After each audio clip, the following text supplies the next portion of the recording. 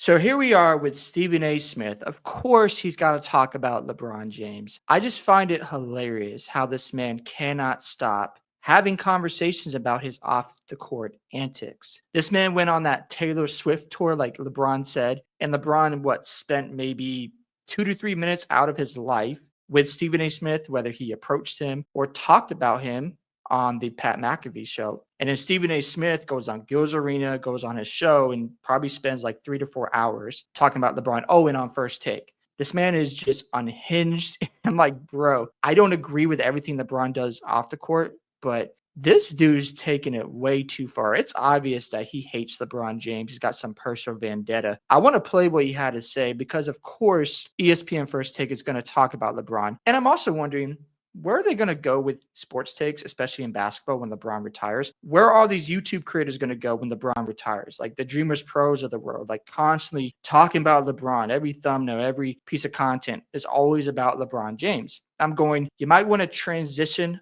off LeBron eventually because we still have great talent in the NBA. If you don't like today's product, that's okay. You don't have to watch. But we have a lot of great players like Nikola Jokic, Shea Alexander, Luka Doncic. We've got Victor Wembanyama. I can keep going. They are great basketball players. I don't want to compare the past. I want to focus on what we have right now. But no, we want to live on this island where it's all about what happened in the past and not embrace what we have in front of us. But let me show you what Stephen A. Smith had to say here because this dude, man, it's just embarrassing. Critics said it best when they said that if you make a bad movie, typically you don't have a sequel. So if you look at the decision and the manner in which that was handled and the way it served to alienate folks back at that time, you would think that he wouldn't want to remind people of that, considering the heat he took from that.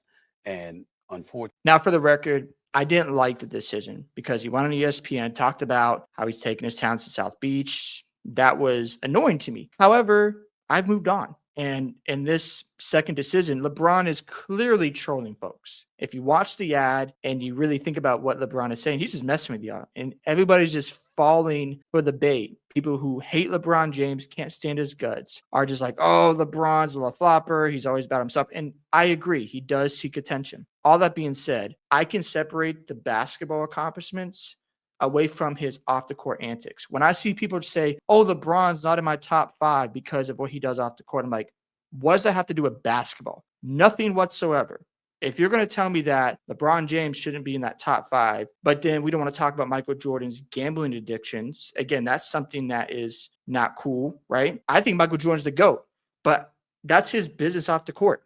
Sure, LeBron James does some questionable things. All that being said, he's still the second greatest to me. I have no problem putting him up there because of the longevity, because of the championships, and how many times he made the NBA Finals. I don't care about the competition. It is not LeBron James' problem. What the other GMs do around the Eastern Conference. If they put out bad rosters, that's on them. LeBron just took advantage. But here we are having these conversations, and I'm going, can we just stick to basketball? But of course, we have to keep going down this rabbit hole. So what LeBron did was outrageous, and Stephen A. Smith just he can't stand him. fortunately, he was tone deaf, and that's not the decision. That's not the path that he took.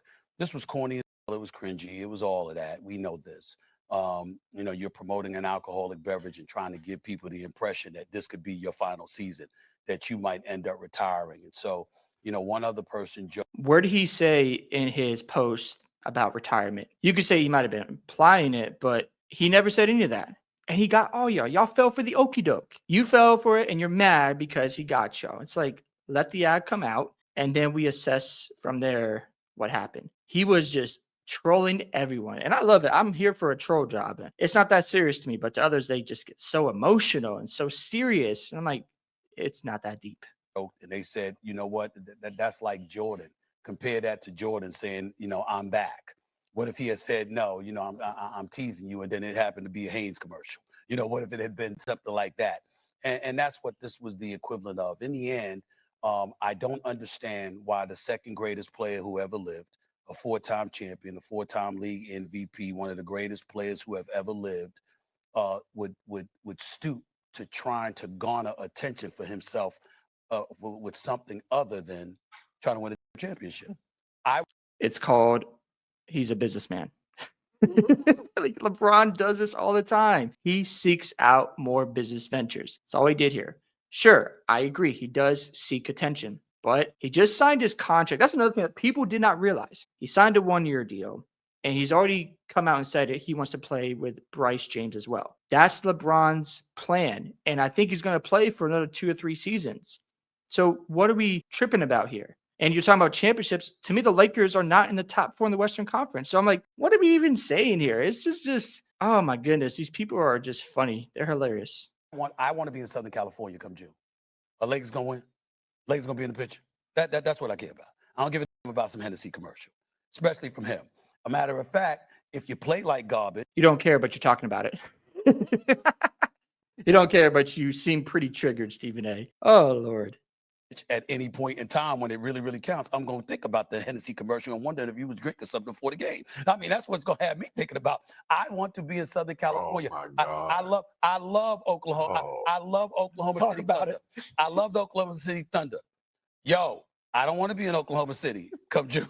I tried that swag good. You might not, but you'll probably be there again. OKC has really no flaws. You can't expose them on defense because 1 through 12, they have guys who can hold their own on defense. And unless something changes, the only team I see competing with OKC is going to be 3 teams. It's the Rockets, not in any order here, the Nuggets and the Timberwolves. Outside of that, Clippers, the Lakers, the Warriors, they're being the hunts, but OKC is just on a different level. And the only teams that can really push them are the 3 teams I just mentioned, in my personal opinion. I don't know if you noticed it. I was trying to get from Minnesota to Oklahoma City. That was tough. I had to come out of my Hard pocket to do. to get that. All right. I want to be in Southern California. I want to be in Southern California. I want the finals in LA. Can I get that? Because the one time they went to the finals and won it all with him in the Lakers uniform was when they were in the bubble. That wasn't in LA. That was in a bubble in Orlando. I would like to be in LA in June. Can we talk about that? Pulling that off?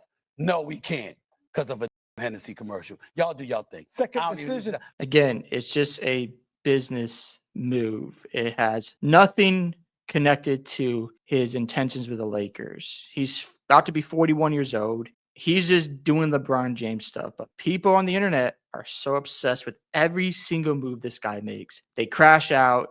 And I used to be one of those people where it's like, oh my gosh, LeBron James did this today. As I've grown and matured, it's like, bro, he's great at what he does. And I don't agree with some of the off the court antics, but it doesn't change my mind of where I rank him overall. It's just that simple to me. And like I said, this is just a business move by LeBron James. It has nothing to do with basketball. And we just got to leave it at that. I want to talk about this last thing. We'll get out of here. A frustrated Lakers fan is suing LeBron James after being duped by his Decision 2.0 Hennessy ad.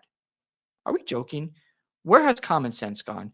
Which led him to buy 2 tickets to the Lakers' final game per TMZ. The fan claims the tickets lost all their value, and now he's seeking $856 in damages. Oh, woe is me because I couldn't practice self-control. I couldn't wait till 12 o'clock for him to make his announcement about what he was talking about in the decision of all decisions. Maybe wait a little bit. Maybe not spend that much money. There's something to think about. You don't have to spend all this for the final game. You can wait a little bit and then make that choice. Like, you went out of your way to go on the Lakers website, purchase 2 tickets. That's your fault, not LeBron's. He's got nothing to do with that. But here you are trying to sue him. You know what I'd love to see if LeBron sends him a gift card from Hennessy for $856. Have a nice day and move on. That would be great if LeBron decided to just send this guy a Hennessy gift card. I would just cry in laughter. But yeah, like, what do you guys think about this entire situation with Stephen A. Smith? And do you agree or disagree with his statements? Love to hear your thoughts. Don't forget to like and subscribe to the channel, and I'll catch you all in the next one.